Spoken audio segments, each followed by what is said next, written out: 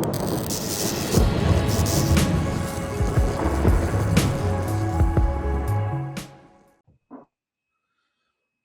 is going on, everybody? You are back on another edition of Ballin Over Beers. I am Justin Dupengeiser, and this is the PGA show. We're going to be talking some bets. We're going to be talking some Draftkings. It is major season. It is the PGA Championship. I actually have PGA Championship hat on, TPC Hardin Par from last year. Got the polo on, trying to look fancy for this major. Joined by my guy, AK. AK, what's up, dude?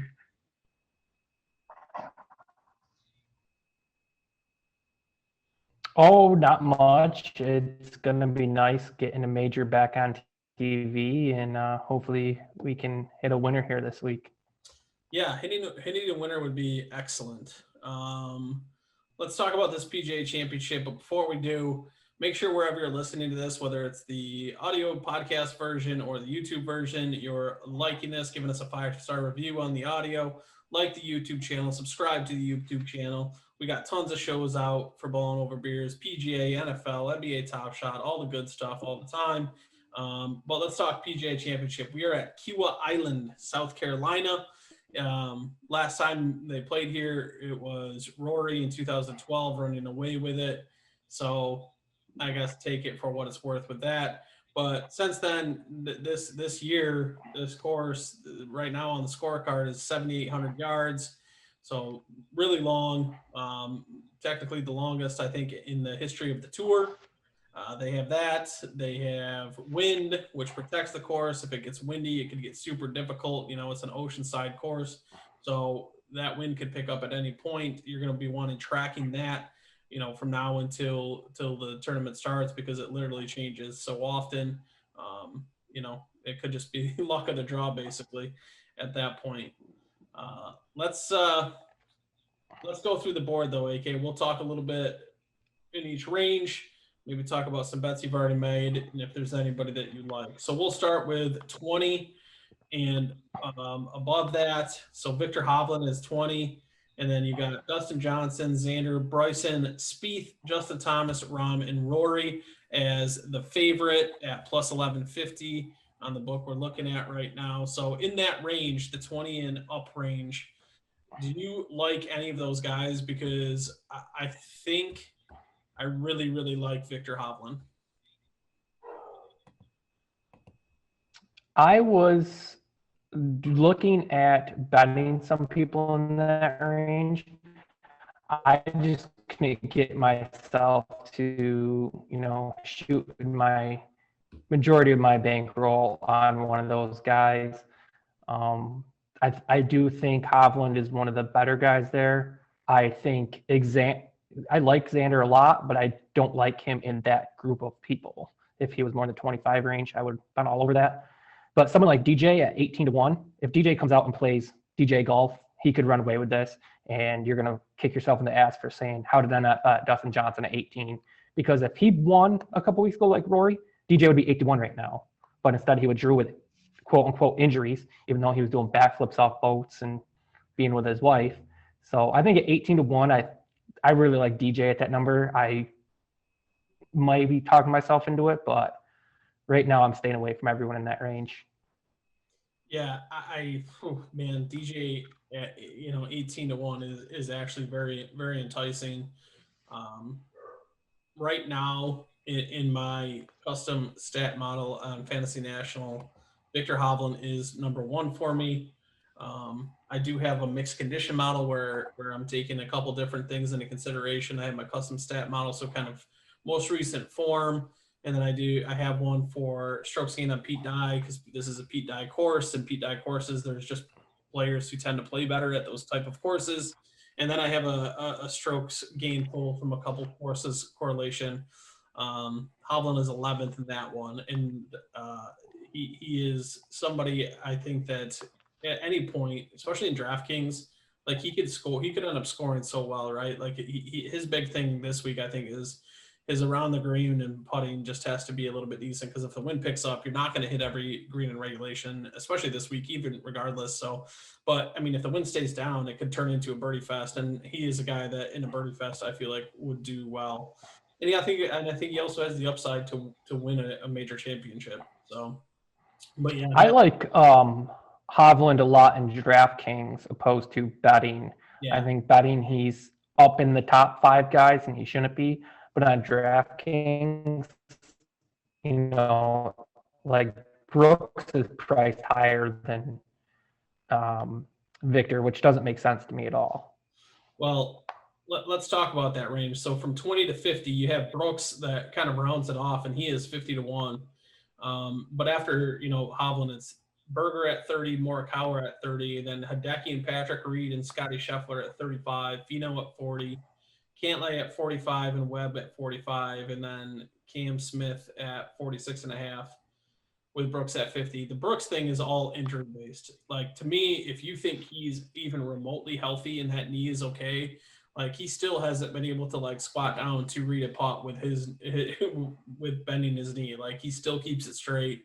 You can't pick the ball out of the hole without, completely keeping it straight. But if you think he's healthy at all, like, Brooks at 50 is crazy. Like, if he drifts even more, like, if he keeps drifting, he's somebody that I would look to put a bet on. But in that range from 30 to 50, is there anybody that you are looking at to make a bet on? I like Cameron Smith a lot.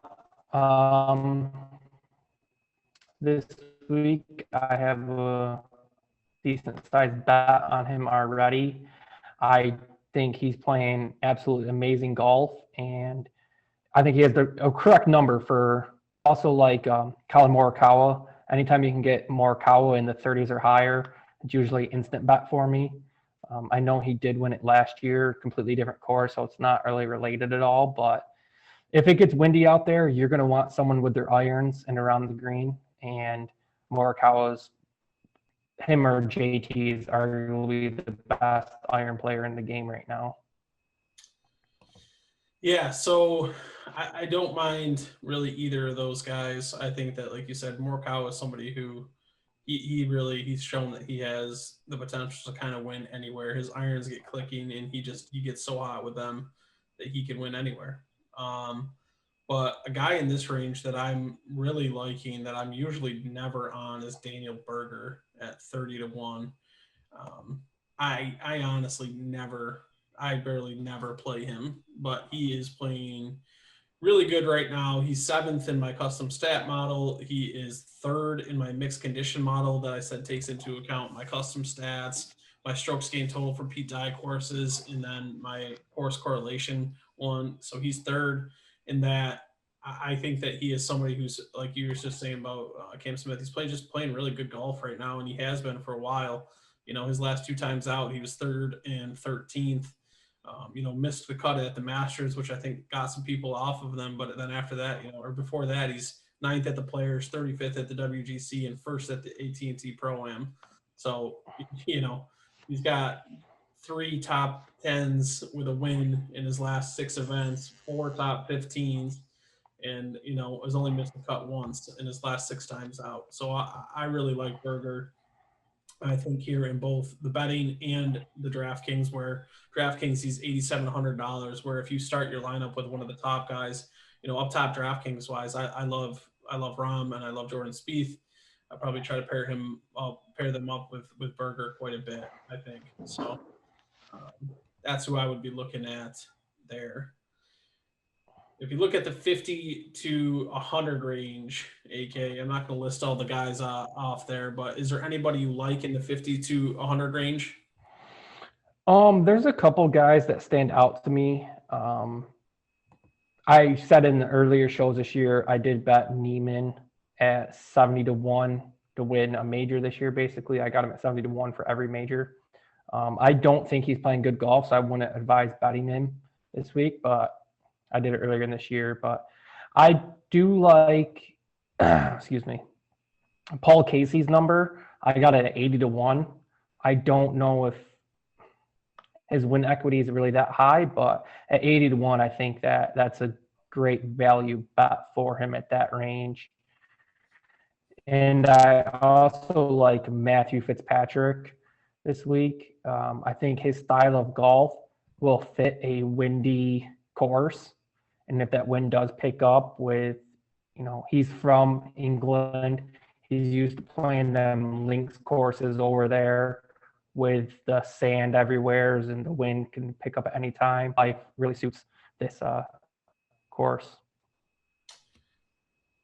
Do you know who is number one in my mixed condition model?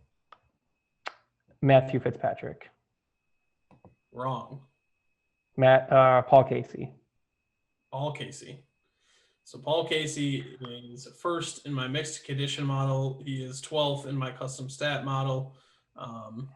He like you said, the win equity is can he win? Last time the PGA Championship was played, it was him and Morikawa coming from stretch, and Casey didn't do anything wrong. Morikawa just went and took it from him, right? He hit that drive on the par 4 and made eagle, and it was just like, holy cow, here we go. Casey's been playing great. He's gained on approach in his last 7-8 events out. Only missed one cut. I think at 80-1, you're right. That's a great number. Number I'm seeing here is 55. So if you can find him at 80 and get that extra 25 points, I don't think there's anything wrong with that. He's a guy at 7,700. I think is going to be super popular on DraftKings. But I think he's almost worth eating a chalk. Like he's just playing so well right now that it's going to be tough to get away from him. I'm looking at upwards near of anywhere from 13 to 17% for him. So, you can't play all the chalky guys, but he might be somebody I think that it seems like a pretty safe bet to play. You'll just have to differentiate in other spots. So, but yeah, I do like him quite a bit. I think that my favorite play in DraftKings and bet is Matt Wallace. I'm looking at 85. I know his number was way better before this, and it's been bet down a ton. I think a ton of people are on him, which it is what it is. That's fine. But he's only $7,400 on DraftKings, and he's looking upwards of 15% owned as well. But again, he's playing tremendous. The last time that this event was played at Kiawah Island, there was a ton of Euros in the top 10, and he is somebody that I think could be right there in the end. Yeah, I actually have a bet on Matt Wallace. I placed it, let's see if the time, at 2 hours ago, and I got it at plus 11,000, and it's already down to plus 10,000 now. So it's already dropping on the book I'm at. So yeah, so that's a great number. Then you got a good number on him. I think that he's going to continually get bet down. So I don't hate that. I don't hate Sung Jae at 90 either. I think that he's somebody that's pretty interesting. But how about that 100 and up range? Do you have any guys that are bombs? obviously, we just talked about Matt Wallace. Depending on the book, you can find him there. My advice if you can shop multiple books, definitely do, because some of these bombs, like let me see. On one website, I have Brandon Todd. He's plus 20. I'm not saying bet him, but if you're looking at a bomb like that, that 15,000 difference is a huge number for you, and your equity just changed a lot there. But Absolutely. Sorry, I know you asked who I liked in that range, but I'm just giving you an example with that. But No, I do like Kevin Kisner at plus 25. I think at that number, his style of play, if he can get hot, he has a chance to win it. I like him more as like a top 20, top 10 type of bet. But if you want to sprinkle in a little win in there just for fun, I don't see anything wrong with that with the Kisner. Kiz Dog. I'm not on Kisner this week. I do have quite a few big numbers that I like this week. Justin Rose, Alexander Noren, both at 100. I think that's pretty good numbers. Sergio at 110. Crazy enough, Charles Schwartzel at 110. He's been playing tremendous golf lately. Jason Kokrak at 130, I think is a good number. Siwoo Kim, it's a Pete Dye course. He loves Pete Dye courses. He plays well in the majors and the WGCs. At 130 to 1, Siwoo has Wayne equity. Can't go wrong there. I think Charlie Hoffman's an interesting bet at 140.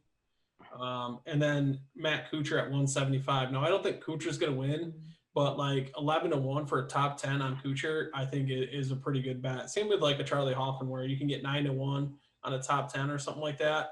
I think those are pretty decent bets. But a guy like Sergio or Justin Rose at 100 or 110, those guys have win equity down there. They can win. They both play really well on Pete Dye courses. They're both good drivers of the golf ball, which you're going to have to be. You need accuracy. Length is going to be important, obviously, with how long this course is, but accuracy is just going to be just as important. Both those guys are good drivers of the ball. For the most part, Rose has obviously had his struggles as of late, but I think those are both pretty interesting plays. Just for an example with Alex Noren, you had him at plus 10,000, you said? Yes. Yeah, on the book I'm used, it's plus 17,500. So, I mean, you're looking at a 7,500 difference just by shopping what book you use, which is pretty massive on someone like Alex Noren. You're almost getting twice as good odds for the same exact bet. Yeah, absolutely. Absolutely. That's huge. Now, I know I'm not betting him, even though I love the kid, but I should say guy now. But how crazy is it to see Ricky Fowler at the number he's at? He is lost. He is absolutely lost as a golfer. He's only $7,000 on DraftKings too, but like he almost is like overpriced for how poorly he's been playing. Like he was 17th at the Valero, but I mean, he's lost on approach in 3, 4, 5, 6, 7 of his last 8 events. He hasn't been putting well since November of last year. 2 years. It's been November of so he's only gained on putting in 3 events since October 25th of 2020. And it seems like that's when he switched to that new ball with the triangles on it. Is kind of when his putting went downhill. Yeah, which is just insane. But all right. Any other? He's going the Smiley Kaufman route. Smiley, oh geez. Bring back Smiley. Bring back the good old days. The Spring Break 2K crew was falling apart. Luckily, Justin and Jordan are carrying them, but if Jordan fell apart, it's not looking good for Justin Thomas's future. Did you see the Smiley Kaufman news last Monday? I believe I did, but I don't remember it. He was trying to Monday qualify for the last tournament. Oh, yeah. And he missed like a 1-footer that like lipped on him or something like that, and he missed it, and he didn't qualify, and if he would have made it, he would have, which is just insane. Well, earlier this year when Fowler topped the putt and missed the cut by 1, and he missed like that 3-incher. Yeah, he like bounced the club off of the ground and then skipped it off the top of the ball. Yeah, I had him. I needed him to make the cut DraftKings on that week. That was not fun. All right. Anything else? Any other thing you want to mention? And then I'm going to get you out of here with you have to give me who you think is going to win the event. Like I've said it a couple times now, shop your line, especially on these majors, because books are all over the place on it. And don't be afraid to sprinkle a couple dollars on some people to win. It does make golf a lot more fun if you've just been a DraftKings player. Throw a couple dollars in the betting world, because if you hit one, it is a pretty exciting weekend when you turn $5 into 1,000 or something like that.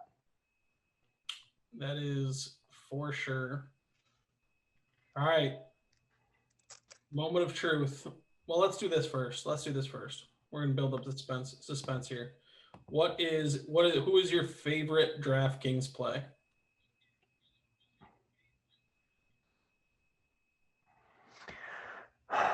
My favorite DraftKings play, I kind of talked about it earlier. It's probably Victor Hovland at 9,300. Just because of the people I see above him and right around his price range, I think that he can score with the best of everyone.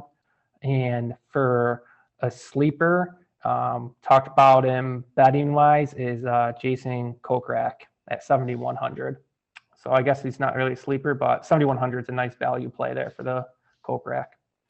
Yeah, I do like Kokrak. His ownership is surprising, coming in almost 11% right now. Obviously, it's super early. This is a Monday night we're recording this on, so all those numbers are going to change. But all right, so I think I'll tell you my favorite play for DraftKings. I think is Matt Wallace at $7,400, and then my sleeper is going to be, where is he? I want to see what his price is before I say him. I can't find him right now. Let me type him in. Hold on.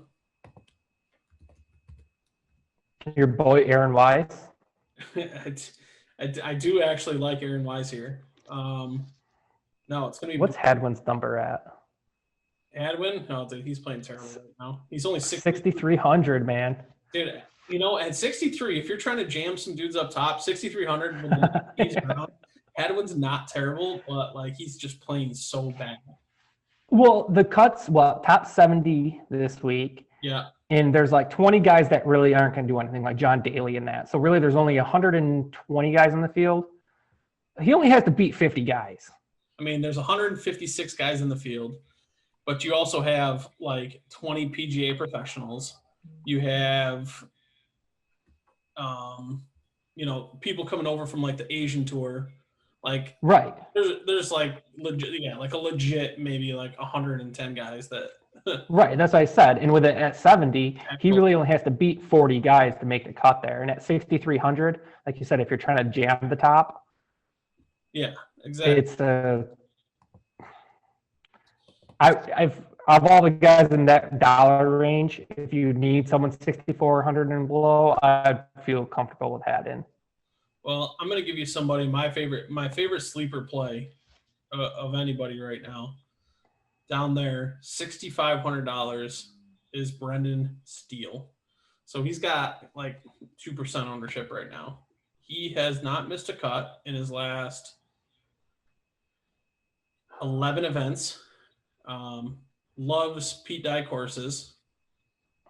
Long hitter off the tee. Really good off the tee, generally speaking. I think that he is somebody at $6,500. I think he's a great play.